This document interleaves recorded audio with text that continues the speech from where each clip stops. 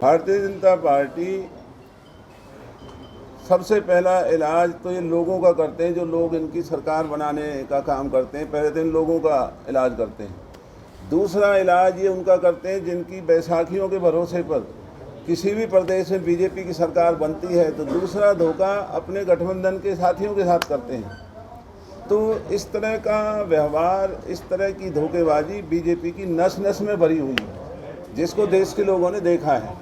लेकिन हरियाणा में मनोहर लाल खट्टर की ये गठबंधन सरकार आने वाले दिनों में हरियाणा में शायद एक भी इनका विधायक न बीजेपी न जेजेपी से चुनाव जीत पाएगा। लोकसभा के अंदर 10 की 10 सीटों को भारतीय जनता पार्टी के उम्मीदवार अपनी जमानत नहीं बचा पाएंगे, जो आज हरियाणा के जो हालात बने हुए हैं।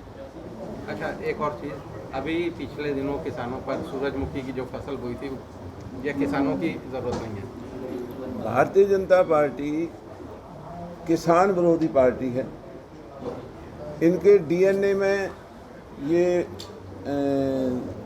विस्तृत तौर पर ये जाहिर हो चुके इस बात से कि किसानों के किसी भी कार्य से बीजेपी के लोग कभी भी संतुष्ट नहीं होते, और इसलिए ये कभी काले कानून बना करके, कभी जीएसटी लगा करके, कभी वैट लगा करके ये किसानों का खून चूसने का काम कर रहे हैं।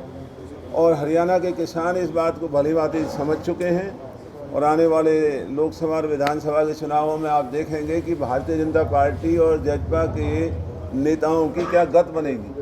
भाजपा जजपा नापाक गठबंधन हरियाणा के लोगों को लूटने में लगा हुआ है, और भाजपा जजपा का जो आपसी लूट का मामला जब बढ़ जाता है तो ये एक दूसरे को डराने और गीदड़ भभकी मारने में लग जाते हैं। जैसे अभी पिछले दिनों जेजेपी को जो गीदड़ भभकी बीजेपी ने दी, अगर इतनी हिम्मत है इस बीजेपी में तो ये गठबंधन को तोड़ के दिखाएं। ये लोगों की आंखों में धूल झोंकने का काम किया जा रहा है। निर्दलियों के साथ लगातार बैठकों का दौर जारी है, क्या समझते हैं आगामी राजनीतिक समीकरण?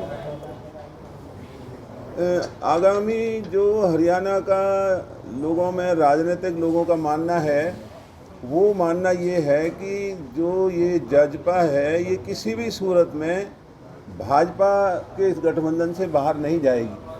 ये केवल बीजेपी और इनकी बोली बतलाई बात है कि लोगों में धूल झोंकने के लिए आज़ाद विधायक जो इंडिपेंडेंट एमएलए हैं उनके अंदर मंत्री बनने का एक सपना फूंकने का, ये इस तरह का जो गीदड़ भभकी आपस में एक दूसरे को देते रहते हैं, वो एक गोरख धंधा चला हुआ है।